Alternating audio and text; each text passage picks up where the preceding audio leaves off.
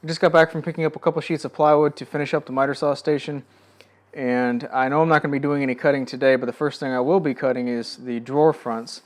And to offer a little bit of protection, I'm putting on some water-based polyurethane. I'm not going for a furniture quality finish.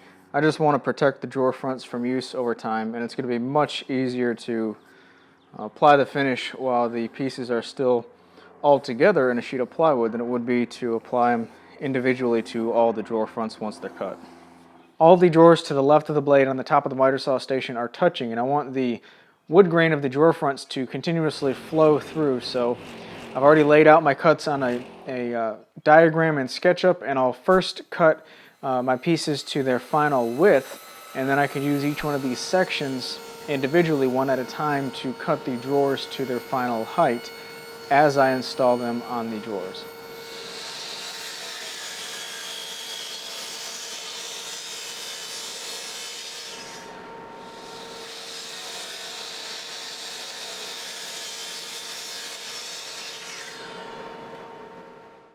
For the drawer fronts, I want to have 1/16 of an inch between the lowest drawer and the fence, and I want to have 1/16 of an inch between each individual drawer above it.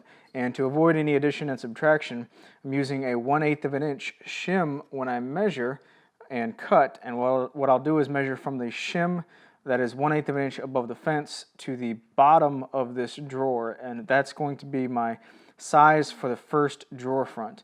And when I install it, I want a 1/16 of an inch gap here and here, so I'll swap this one out for a 1/16 of an inch shim. It'll drop it by 1/16 of an inch for the spacing up here, and it'll give me the perfect spacing down here.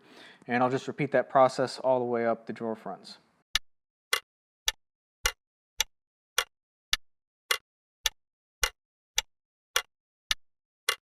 I'm temporarily mounting all the drawer fronts with just a couple screws first before I add the pulls and use glue to secure them in place. So I'm elevating the bottom drawer front with the 1/16 of an inch spacers, and I'm using another 1/16 of an inch spacer to space these horizontally from the previous column that I already installed. And from here, just use a couple spring clamps to hold the drawer front to the drawer, and then secure it from the inside with a couple screws. For the second drawer, I can pull out both of these drawers just a little bit, add my spacers to the bottom, add my drawer front right on top of it, line up the edges left and right, clamp it in place, and secure it with screws again. By the way, I screwed up my grain matching on these drawer fronts. These two are the only two of these 9 drawer fronts that I've got backwards. I flip-flopped the measurements in my head for some reason. So every one of these, except these two, has a continuous grain. Can't really tell from a distance, but oh well.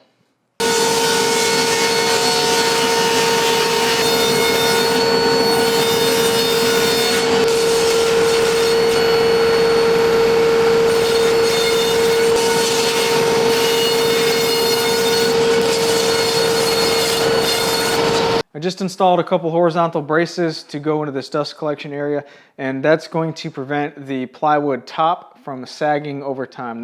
The whole plywood top is going to go the full length, and I've already cut it when I cut the drawers, the drawer fronts. So I'm just going to secure it with a couple of screws here and there, and that's going to act as the platform surface for the tool box, cubbyhole thing, whatever you want to call it, that's going to go on top. At this point, I don't have any more full sheets of plywood. Everything has been ripped to its final width. Now I just need a cross cut to get all of my pieces to assemble both upper boxes. Now the boxes were originally designed with a bunch of dados spaced every 2 inches or so, top and bottom. That way you could use dividers to divide out your tools and get a bunch of different separating bins and stuff like that. But I got that idea from Ron Polk, and he makes a lot of mobile workstations, mobile toolboxes, I guess you could say. To get to and from a job site. This is going to be stationary, so I talked myself out of that. It's way overcomplicating what I want to accomplish, so this is just going to be a super simple, really long box with some dividers in it. Not that many.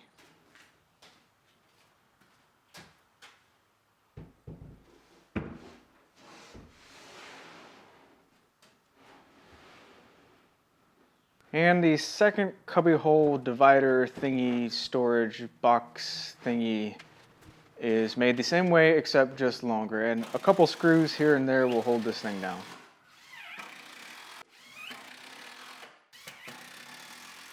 I spent a lot of time thinking about how I wanted to make all the drawer fronts, and after a couple suggestions from viewers, I decided to go with a Redwings drawer pull. I used the CNC machine in about 6 hours to cut out 24 of these, and it's just a simple Redwings logo. Backside is chamfered a little bit on the router table, and this is the waste board from the first prototype that I have. I attached a horizontal board to the backside.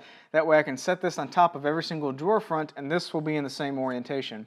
To get the drawer pull itself in the same orientation, there's a pivot point right here I can put into the waste board and then rotate this side up, so that way every single one of the pulls will be in the right orientation. Now I'm going to have to take off every one of these drawer fronts and do this separately and then reinstall the drawer fronts. But I knew that from the beginning. I wanted to install the drawer fronts first by themselves to make sure I didn't have any clearance issues. So once I have this properly located, it's centered left and right, then I can make a mark on my horizontal board here, and that means that they will be vertically aligned. I can pre-drill a couple holes for the screws to come through the backside, add a little bit of glue right here, and then attach this to the drawer front, and then reattach the drawer front. I've got 24 of these to do.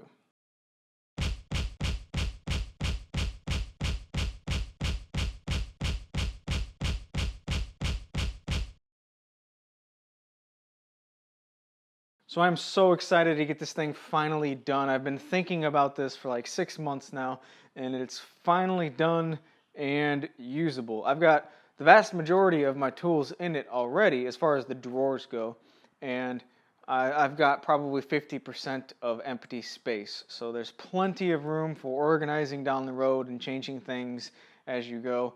And all of these boxes up here will be for quick access stuff that you use pretty much every single time you're making something, like all of my drills and the cordless tools and stuff like that. So plenty of room for organizing down the road. The space behind these boxes isn't wasted space. These don't go all the way to the wall. I'm going to be storing my ladders around back, so they will be stored and out of the way.